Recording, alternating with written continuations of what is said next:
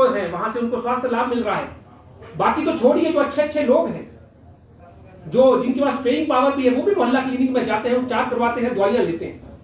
पूरे देश विदेश से, पूरे अन्य जितने भी राज्य हैं, वहां के नेतागण, वहां के प्रबुद्ध लोग दिल्ली आते हैं कि हम उस मॉडल को देखना चाहते हैं मोहल्ला क्लिनिक की। वो व्यक्ति हिमाचल प्रदेश में बार बार निरंतर प्रयासरत शिक्षा और स्वास्थ्य से रिलेटेड काम कर रहे थे। आम आदमी पार्टी के लिए कोने कोने में जनसंवाद कर रहे थे, रैली कर रहे थे। प्रदेश सरकार डर गई और एक झूठा केस जो पिछले 8 वर्षों से चल रहा था, ईडी में, जैसे हमने आपको पहले भी बताया, ईडी ने उसकी पूरी छानबीन कर ली है, पूछताछ हो गई। वो फर्जी केस था, उसका एक एक शब्द फर्जी था और बीच में आना और बुलाना उन्हें बंद कर दिया गया और कहा इसमें कुछ नहीं बनता है। लेकिन हिमाचल प्रदेश में जैन साहब की सक्रियता को देखते हुए, क्योंकि लोगों का जो उनके प्रति स्नेह था, प्यार था, वो बढ़ रहा था, आम आदमी पार्टी का जो कुनबा बढ़ रहा था, उसको चलते देखते हुए हिमाचल प्रदेश की सरकार सकता नहीं है। क्या ये डेमोक्रेटिक कंट्री का पार्ट नहीं है? और अब यही नहीं वो रुके। मनीष सिसोदिया जी जो हमारे माननीय दिल्ली के उप मुख्यमंत्री है, शिक्षा मंत्री भी है, शिक्षा जगत में क्रांति के लिए जिनको शिक्षा का मसीहा, ये कहां तक ठीक है?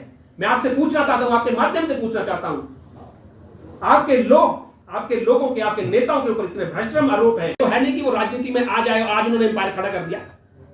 मैं आपको हजारों ऐसे नाम गिना सकता हूं भारतीय जनता पार्टी के नेताओं के, जिन्होंने आज राजनीति, जिनके पास कुछ नहीं था, कच्चे मकानों में वो रहते थे, लेकिन राजनीति में आने के बाद उन्होंने जो एम्पायर खड़ा किया, वो इतना एम्पायर खड़ा किया कि वो 7 पुश्तों तक उनको कमाने की जरूरत नहीं है।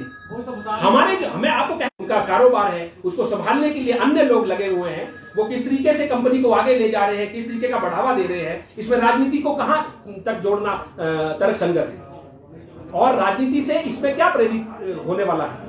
उनका कारोबार अलग है, वो जनता और देश की जो सेवा कर रहे हैं वो अलग बात है। अब ये तो हो नहीं सकता कि वो राजनीति के साथ ही अपना बिजनेस भी अटैच कर दें। ये तो देखिए, कहीं तक इस बात पे आप सहमत होंगे मेरी बात से। गौरव जी, इसी तरह ये भी कहा जा सकता है कि ईडी की कार्रवाई अपनी तरफ है और जो प्रचार कर रहे थे अपनी तरफ है। देखिए, ईडी और जितनी जांच एजेंसियां हैं वो केंद्र सरकार के अंदर है और ऐसे बहुत से वाक्य हैं, मैं इसी को नहीं कोट कर रहा, ऐसे बहुत से वाक्य आपके समक्ष भी हैं और मैं तो समझता हूं आप चौथा स्तंभ लोकतंत्र का है, आपको इन बातों को उठाना चाहिए। देश का लोकतंत्र जो है खतरे में।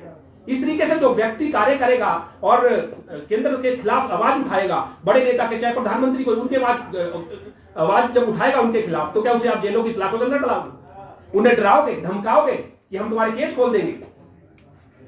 केजरीवाल जी ने, आपने सुना होगा, केजरीवाल जी, उन्होंने कहा कि भाई ऐसे मत कीजिए, अगर आपको यही सब चीजें करनी है तो एक बार हमारे सारे नेताओं को आप सलाखों के पीछे डाल दीजिए और एक एक करके सर्टिफिकेट दे दीजिए कि आप ईमानदार है, ताकि हम काम कर पाए।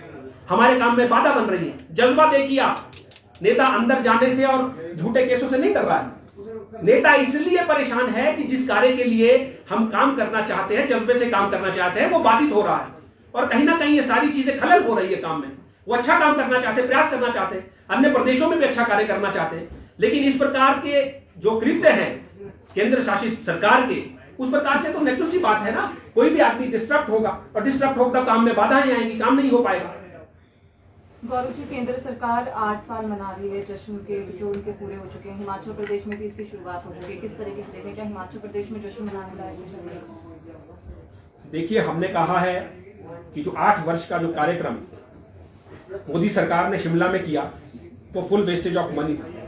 करोड़ों अरबों रुपए उन्होंने शिमला में खर्चे, पूरे देश के अंदर उन्होंने जो अपने ढकोसले फेंके और एक तरह का झूठा, आप देखिए बहुत से उसमें तथ्य